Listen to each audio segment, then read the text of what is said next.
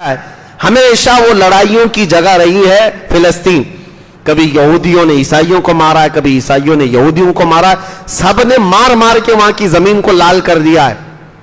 ایک بار تو بابل کی طرف سے آیا ہوا عراق کا ایک بادشاہ تھا, وہ یہودیوں کو اتنا مارا تھا کہ پورا فلسطین رنگین ہو گیا تھا یہودیوں کے خون سے. پھر ٹائٹس نام کا بادشاہ آیا تھا عیسائیوں کا, اس نے یہودیوں کو بہت مارا تھا. پھر یہودیوں کے حمایت میں ایک بادشاہ آیا تھا, اس نے عیسائیوں کو بہت مارا تھا. یہ تو چل ہی رہا تھا. وہ زمین ہمیشہ خون سے رنگین تھی. جب حضرت ابو عبیدہ بن جراح وہاں داخل ہوئے تو عیسائیوں کو لڑنا چاہیے تھا جیسے یہودیوں سے لڑتے تھے. دیکھا انہوں نے, خبریں سب سنی تھی, بھائی روم بھی گیا, ایران بھی گیا, بیت المقدس میں آ گئے, بھلائی اسی میں ہے کہ صلح کر لو. ابو عبیدہ بن جراح سے کہا ہم لڑیں گے نہیں, صلح کر لیں گے بیت المقدس میں, لیکن ہماری صرف ایک شرط ہے کہ صلح نامہ جو لکھا جائے گا وہ تمہارے امیر المومنین ہی لکھیں گے. وہ مدینے میں ابو عبیدہ بن جراح نے خط لکھ کر بھیجا کہ بیت المقدس فتح ہو گیا ہے, الحمدللہ فلسطین میں مسلمان آ گئے, لیکن یہاں کے جو عیسائی پادری ہیں وہ چاہتے ہیں کہ صلح نامہ جو لکھا جائے گا ایگریمنٹ, اس پر دستخط براہ راست آپ کی ہوگی, آپ کی تحریر ہوگی. حضرت عمر نے یہ خط پا کر کہا ٹھیک ہے ہم چلتے ہیں. اپنا ایک غلام لیا, ایک گھوڑا لیا اور چل پڑے. کہا مدینے سے بیت المقدس کے لیے, لیکن عدالت فاروقی بھی دیکھو. غلام سے کہا دیکھو ایک ہی گھوڑا ہے میرے پاس اور چلنے والے دو ہیں, ہم دو بیٹھیں گے تو گھوڑے کے اوپر زیادتی ہوگی. ایسا ہے 1 میل میں بیٹھوں گا تم چلو گے, 1 میل تم بیٹھو گے میں چلوں گا.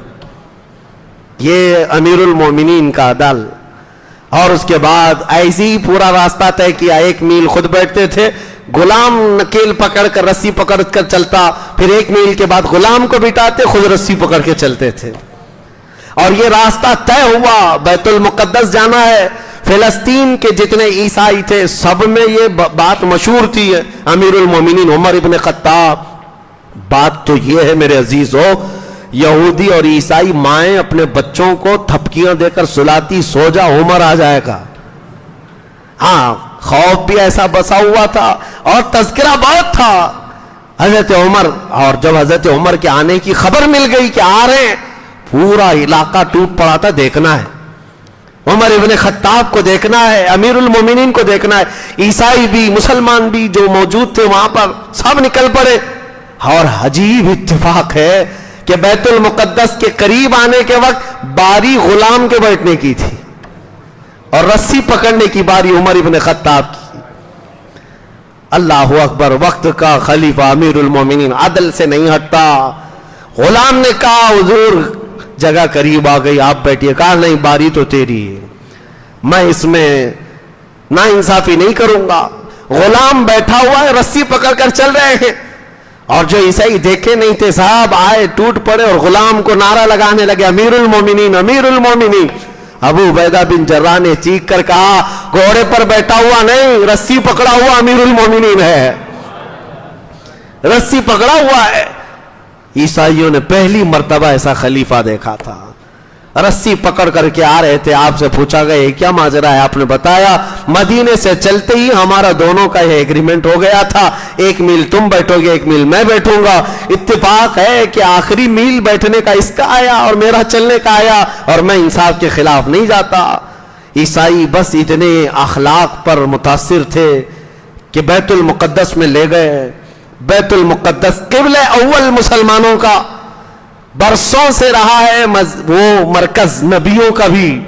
30,000 کے قریب نبی وہاں پر دفن ہیں, اور یہ وہ جگہ ہے جہاں سے میرے مصطفیٰ کریم صلی اللہ علیہ وسلم نے جس مسجد میں 1,24,000 کم و بیش نبیوں کی امامت فرمائی, اور یہی وہ مسجد اقصی بیت المقدس ہے جہاں سے رسول اللہ نے آسمانوں کا معراج کے وقت سفر فرمایا. اور اس وقت تک مسجد اقصی بیت المقدس مسلمانوں کے پاس نہیں تھی. مسجد اقصی بیت المقدس کا پھاٹک سب سے پہلے کسی نے کھولا ہے, امیر المومنین عمر ابن خطاب رضی اللہ تعالی. شجاعت فاروقی اور بہادری پر لاکھوں سلام ہو عمر فاروق پر. بیت المقدس آج بھی چیخ کر پکارتا ہوگا عمر کہاں ہے, عمر کہاں ہے.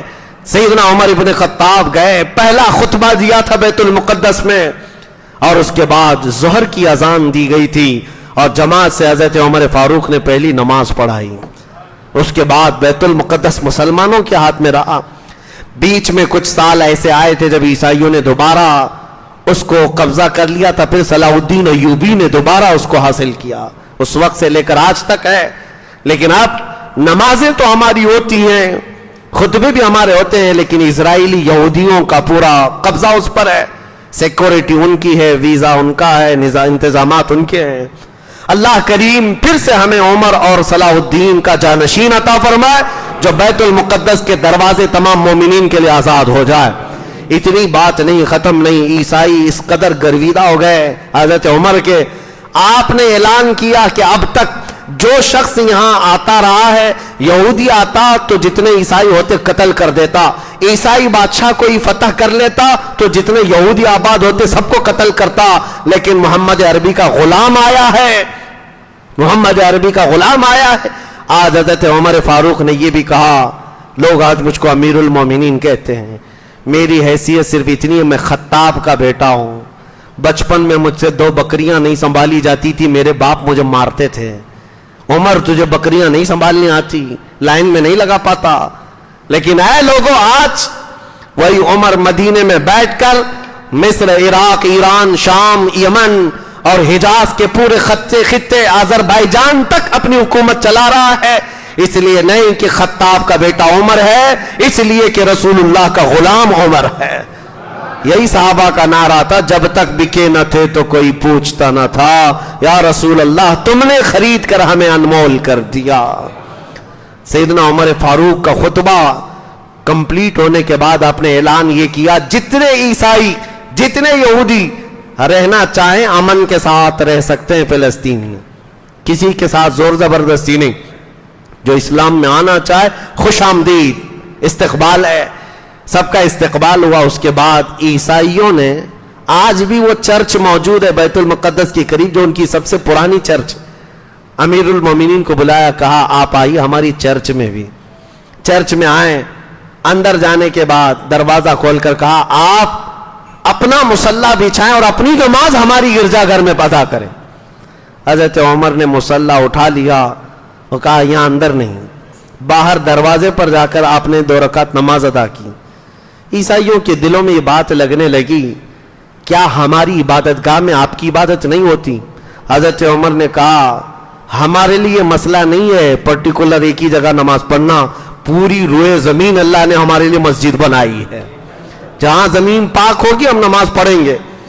لیکن مسئلہ یہ ہے, اگر میں ابھی نماز پڑھ لیتا تو کل کو آنے والی بعد میں قومیں عمر ابن خطاب کا مصلی کہہ کر تمہاری گرجا گھر کو ہی توڑ دیتے ہیں. ہاں ظاہر سی بات ہے, عمر فاروق کا مصلی ہے, یہاں پر نماز ادا ہوئی ہے, تمہاری کنیسہ محفوظ نہیں رہ جاتی. یہ عدل فاروقی تھا, ہر ایک کا خیال آپ کی خلافت کے دور میں تھا. سیدنا عمر فاروق رضی اللہ تعالیٰ عنہ اس بیت المقدس کی فتح کے بعد مدینہ دوبارہ واپس لوٹے تو مسئلہ یہ آیا کہ کوفہ میں مغیرہ بن شعبہ کے رضی اللہ تعالیٰ ایک صحابی گورنر تھے, ان کا ایک غلام تھا ابو لولو, فیروز نام تھا اس کا, مجوسی تھا, آگ کا پجاری. فیروز نام ہمارے بزرگوں نے کہا ہے اچھا نہیں, مناسب نہیں مسلمانوں میں. یہ مجوسی تھا, آگ کا پجاری تھا, یہ پارسی لوگ نام رکھا کرتے ہیں, آج بھی رکھا کرتے ہیں فیروز. مسلمانوں میں بھی آ گیا اس طرح کا نام. پرویز بھی رکھتے ہیں, پرویز چونکہ وہ خسرو پرویز جس نے رسول اللہ کا خط پھاڑ دیا تھا, فارسی نام ہے. ہمارے بزرگان دین ان ناموں سے بچنے کی تلقین کرتے ہیں. بہرحال تو یہاں سے سیدنا مغیرہ بن شعبہ کا ایک غلام تھا ابو لولو. حضرت عمر کا ایک مسئلہ تھا, آپ سنیے. مدینہ طیبہ چونکہ کیپٹل سٹی ہے, پورے اسلام کی راجدھانی, آپ نے پورے مدینے میں پابندی لگا رکھی تھی کہ باہر کا کوئی کم عمر کا نابالغ لڑکا اندر نہ آئے, فتنہ پھیلائے گا. جو کم عمر کے لڑکے ہوتے ہیں ان کو آنے نہیں دیتے تھے حضرت عمر, اور یہ پابندی سختی کے ساتھ تھی. لیکن حضرت مغیرہ بن شعبہ جو ہے, انہوں نے ایک خط لکھ کر کے بھیجا, میرے پاس ایک لڑکا ہے جو بہت ماہر ہے, فن اس کو بہت اچھے آتے ہیں, چکیاں بنانے کا, دروازے کھڑکیاں, بہت ساری چیزیں بنانے کا بڑا اچھا فن آتا ہے. اگر آپ کہیں تو میں بھیج دوں گا، مدینے میں کئی لوگوں کو یہ ہنر سکھا دے گا۔ تو مغیرہ بن شعبہ کے اس خط پر حضرت عمر نے منظوری دے دی۔ وہ ابو لولو فیروز مجوسی جو لڑکا ہے اس کو لایا گیا مدینے میں۔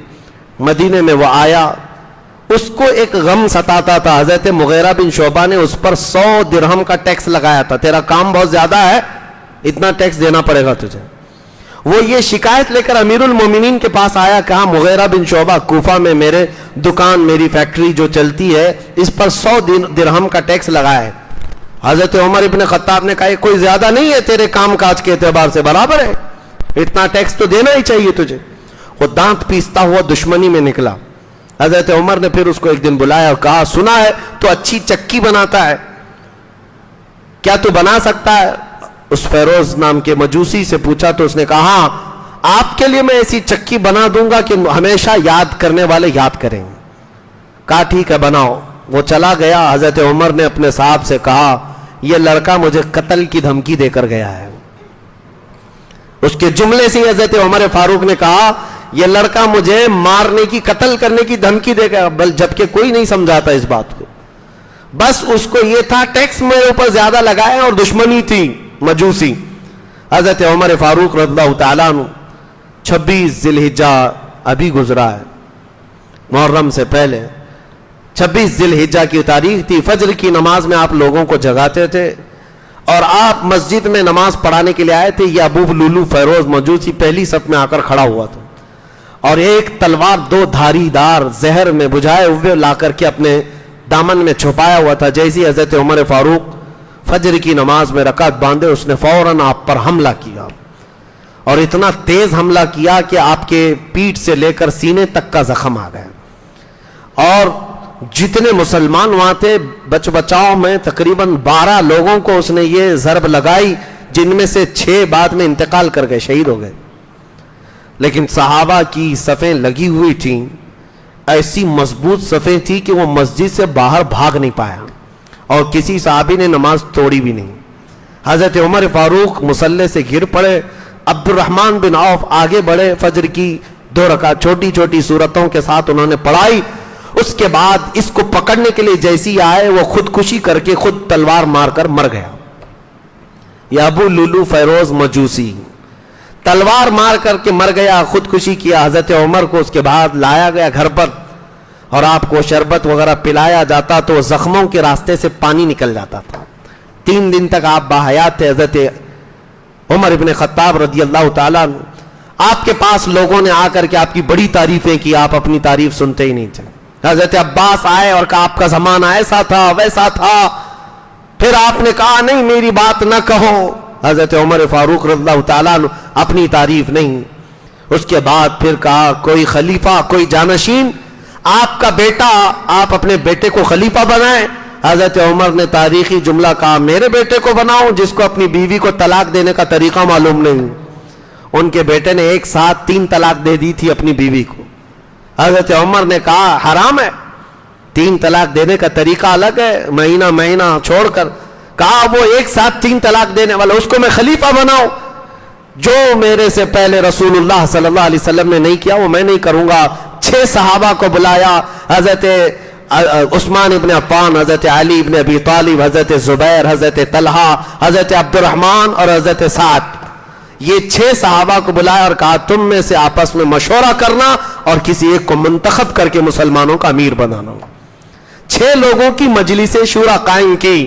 سیدنا عمر ابن خطاب رضی اللہ تعالیٰ عنہ نے بہت ساری وصیتیں فرمائی گورنروں کے لیے، عاملین کے لیے۔ اس کے بعد آخری وصیت آپ کی یہ تھی، کہا ماں عائشہ صدیقہ رسول اللہ کی زوجہ ہے، جاؤ ان سے اجازت لے لینا۔ عمر ابن خطاب اسی حجرے میں دفن ہونا چاہتا ہے جس میں رسول اللہ اور ابو بکر صدیق آرام کر رہے ہیں۔ اگر عائشہ صدیقہ اجازت دے دیں تو مجھے دفن کر دینا، نہیں تو جنت البقیع میں قبرستان میں دفن کرنا۔ اور یہ کہتے ہوئے حضرت عمر فاروق رضی اللہ تعالیٰ عنہ کی جان آفرین کے سپرد ہو گئی۔ آپ 26 ذی الحجہ کو اس دار فانی سے کوچ کر گئے۔ دور اسلام کا وہ عظیم سپہ سالار گیا ہے دنیا سے۔ مدینے والے کہتے اتنا اندھیرا ہم نے کبھی نہیں دیکھا تھا جس دن حضرت عمر کا انتقال ہوا تھا۔ اندھیرا چھا گیا تھا،